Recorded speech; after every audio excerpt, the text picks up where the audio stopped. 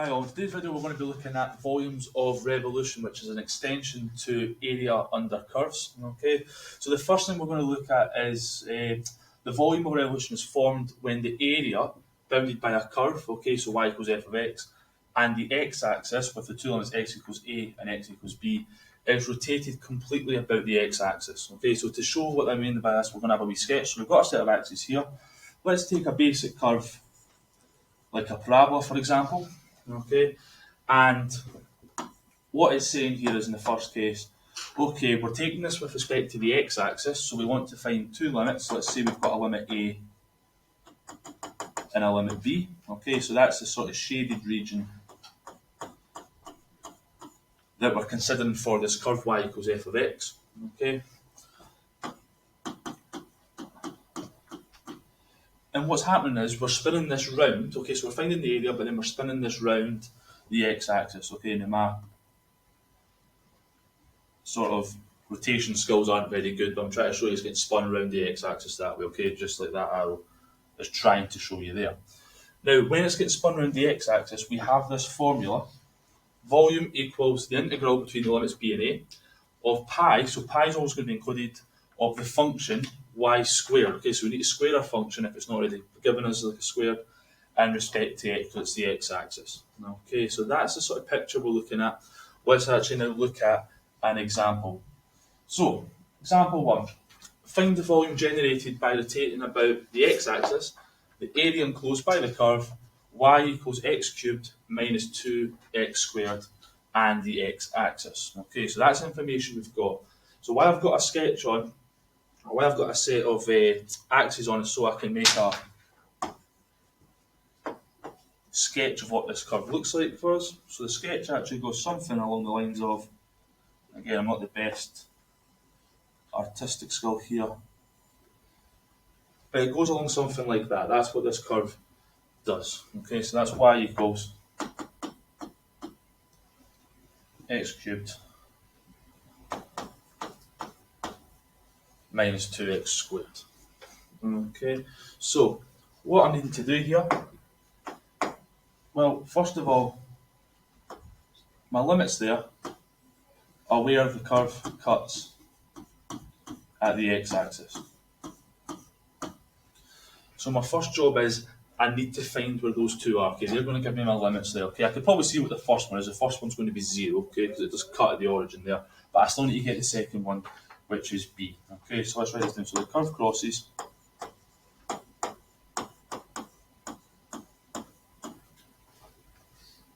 the x-axis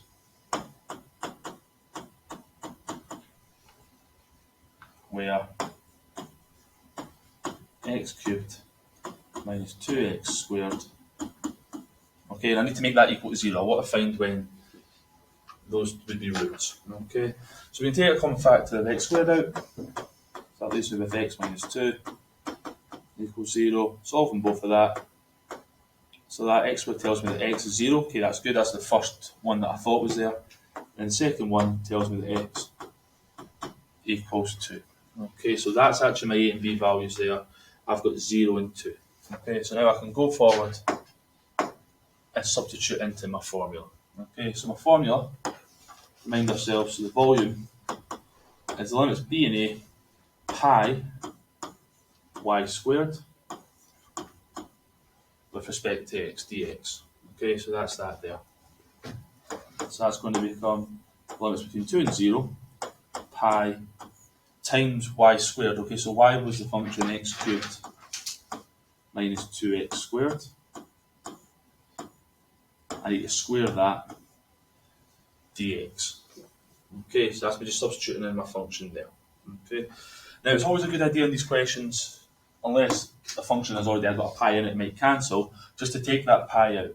Okay, so take that pi out, it's a constant, and I need to square these brackets. Okay, so remember, square bracket means you times the bracket by itself, so I'm going to get x to the power 6 minus 4 x to the power 5 plus 4 x to the power 4 dx. Okay, so that'll be all the terms tidied up when you multiply out those brackets, square brackets there.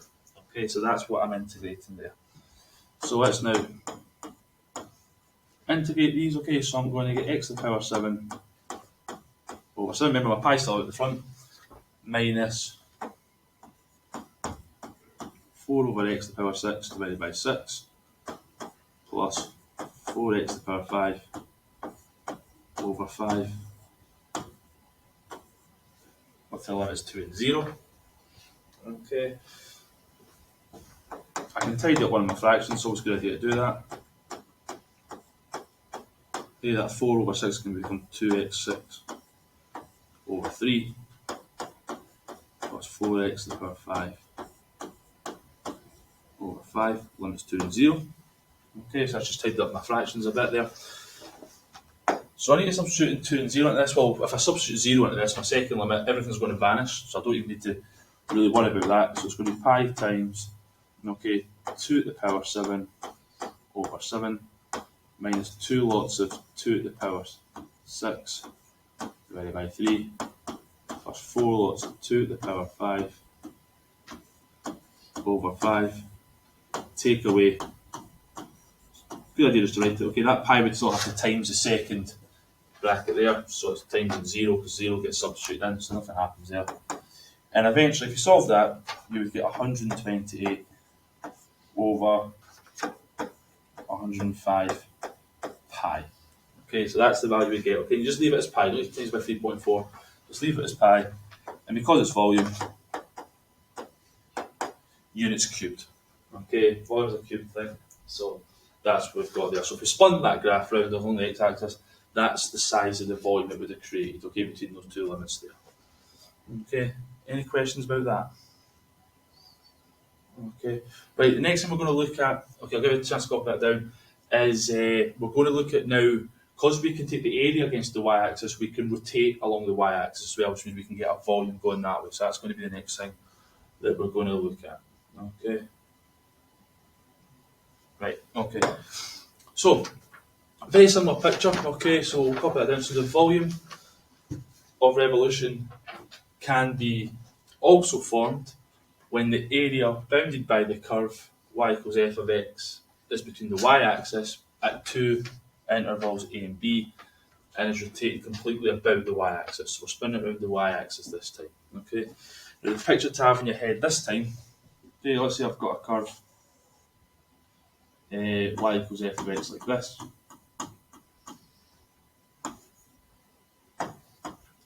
Then I've got limits say a and b there.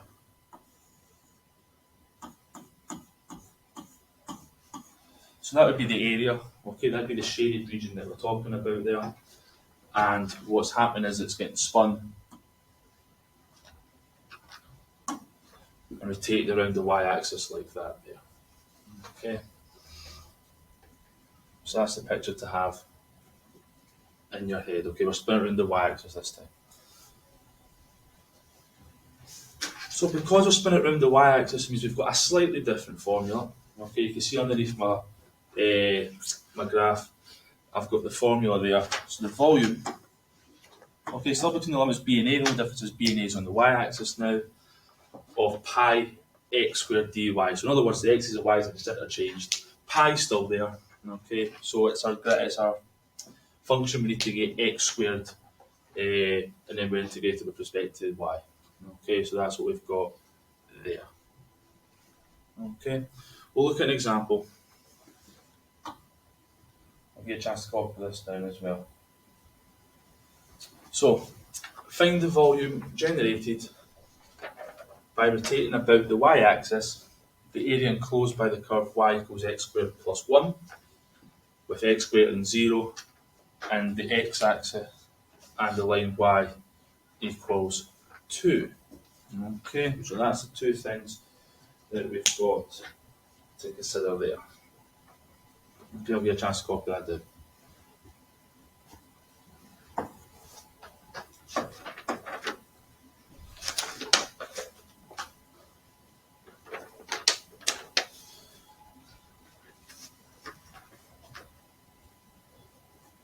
Okay, so from the question, you'll see that there's no limits being told to us. We don't know where we have to take that. We do know one of them, the line y equals 2, so that's a horizontal line at y equals 2 values, so that's going to be one of them, but we need to work out where the other limit's going to be. So we need to sketch what y equals x squared plus 1 looks like. Now you should know what y equals x squared looks like. That's the basic parabola that you first seen back at National 5. Obviously, if we add 1 to it, you've seen from high, if you add 1, the graph just shifts up 1. Then we're also just taking, the key bit is here, we're just considering x greater than 0, so the positive half of that parabola. Okay, that's the key part there. So the graph actually looks like this here, and that's 0. And we've got the y equals 2 line going across. Okay, so that's what it's cutting. Okay. Now,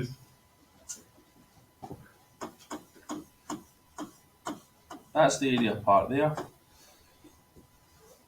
You probably will know that the value of this point down here is 1, because the x squared was always at the origin. And if we've raised it up 1, that means it's cutting there at 1 now. Okay. However, we can actually solve this by going, okay, if we rearrange that function for x squared equals y minus 1, okay, then the value that y would have to be in order for the x value to be 0 would actually have to be 1.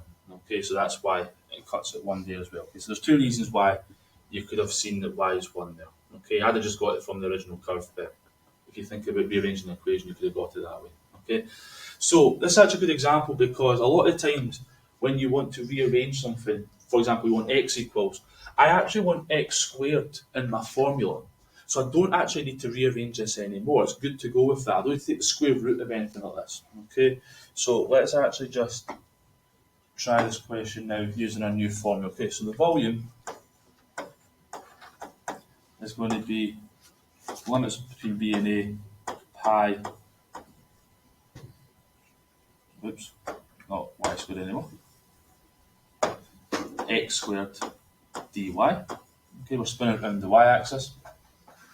Okay, and for us, that's going to be, we'll take pi out, that'll be the limits between 2 and 1 of x squared. Now x squared is just y take away 1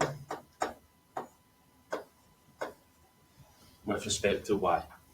Okay, so as we just substitute in x squared, and I've got y minus 1 there. Okay, so I can integrate that.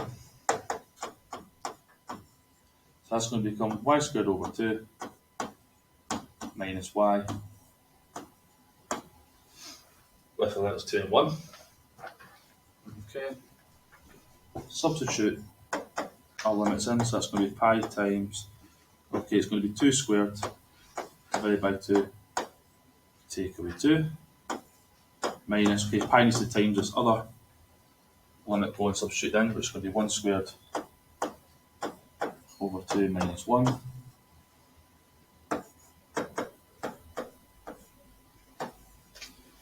Okay, 2 squared is 4, divided by 2 is 2, then take away 2, you actually end up with 0 in that first bracket, so that first one's going to go away.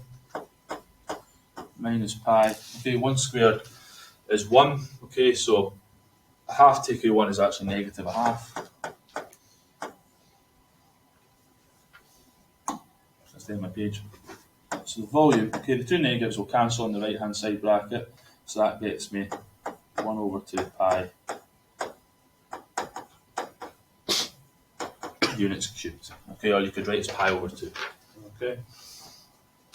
Any questions about doing it against the y-axis? Oh, okay.